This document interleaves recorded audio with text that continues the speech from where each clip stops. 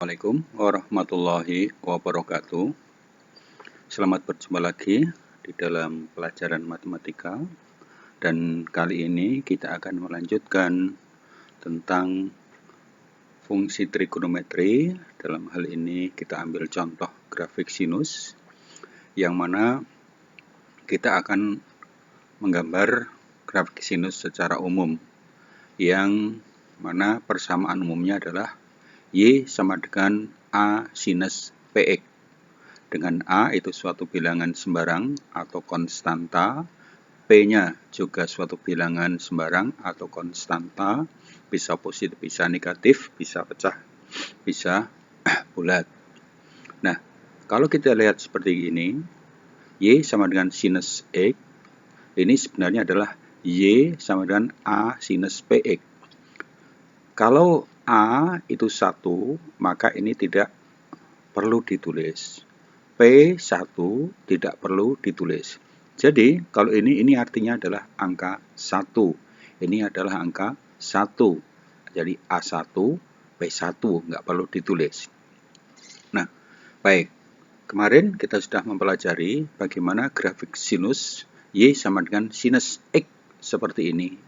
Grafiknya berupa satu gelombang untuk X mulai dari 0 sampai 360.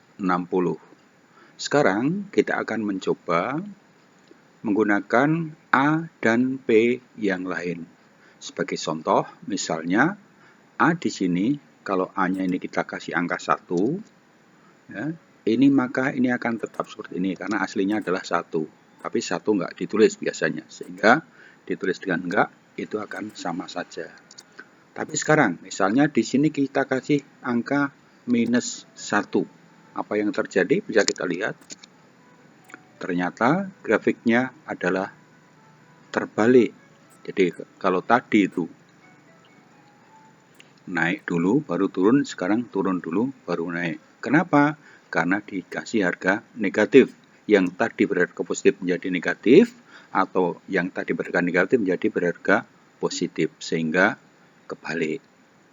Kemudian kita kembalikan lagi ke angka semula. Ini 1 atau nggak usah ditulis, kembali seperti itu. Sekarang kita mencoba untuk memberikan angka 2. Angka 2 di sini, kita lihat apa yang terjadi. Ternyata ini angka 2 ini menjadi angka di sini. Jadi ini tertinggi itu adalah 2.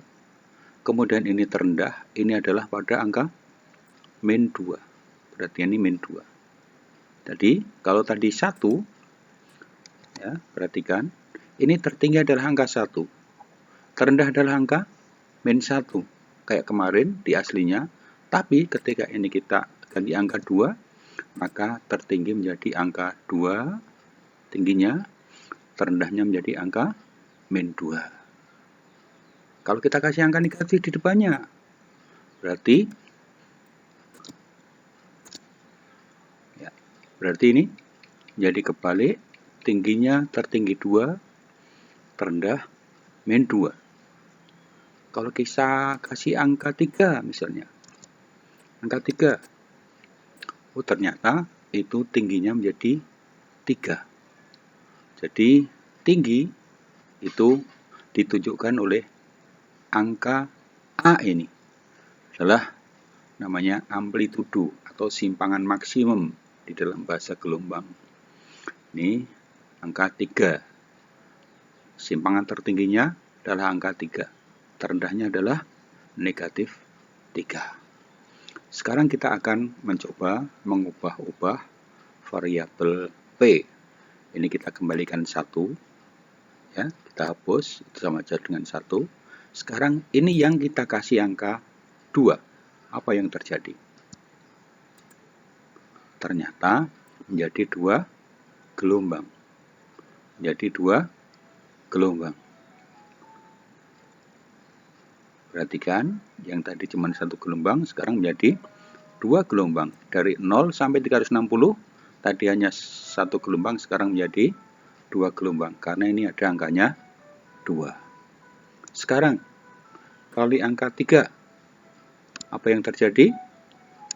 Menjadi 3 gelombang. 1, 2, 3.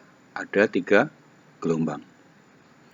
Kita bisa mencoba 4, otomatis akan menjadi 4 gelombang.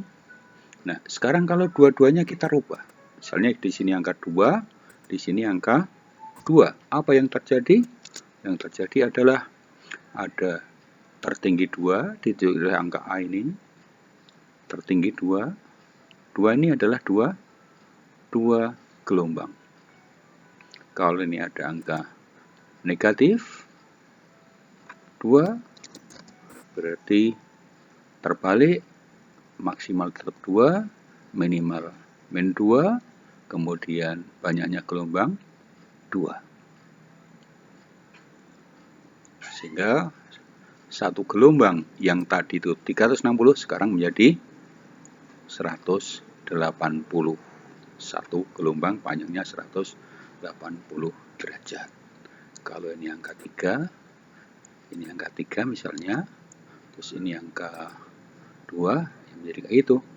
Jadi ini tertingginya 3 tetapi 2 gelombang. Jadi kalau A dan P ini kita ganti-ganti, maka akan menghasilkan gambar yang berbeda-beda. Terima kasih atas perhatiannya. Semoga bermanfaat. Selamat mencoba dengan berbagai macam angka yang bisa diterapkan di situ. Terima kasih. Assalamualaikum warahmatullahi wabarakatuh.